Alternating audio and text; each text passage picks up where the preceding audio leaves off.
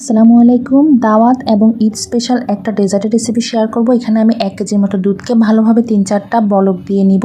দুধটা ফুটতে থাকুক, এই ফাঁকে আমি আমগুলোকে প্রিপেয়ার করে নিই। এখানে আমি 3টা আম নিয়েছি। 2টো আমকে আমি ছোট ছোট স্লাইস করে নিব। আপনারাও আপনাদের পছন্দ অনুযায়ী যে কোনো স্লাইস করে নিতে পারেন। আর একটা আমকে আমি একটু বড় বড় টুকরো করে ব্লেন্ডারে জার নিয়ে ভালোভাবে ব্লেন্ড করে নিব।